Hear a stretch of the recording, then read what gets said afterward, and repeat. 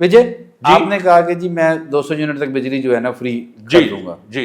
बिजली बनाएंगे कैसे? फिल्मों में तो आप गोलियां चला के फिल्म बना देते, स्टंट करते थे। हाँ। हकीकत में कैसे बिजली बनाएंगे? हकीकत में पावर हाउस से बनाऊंगा बिजली। पावर हाउस से बिजली? तो पावर हाउस से बनेगी। पावर हाउस कैसे बनाएंगे? पावर हाउस देखें एनिमेशन से, वीएफएक्स से, साइंस इतनी तरक्की कर गई है।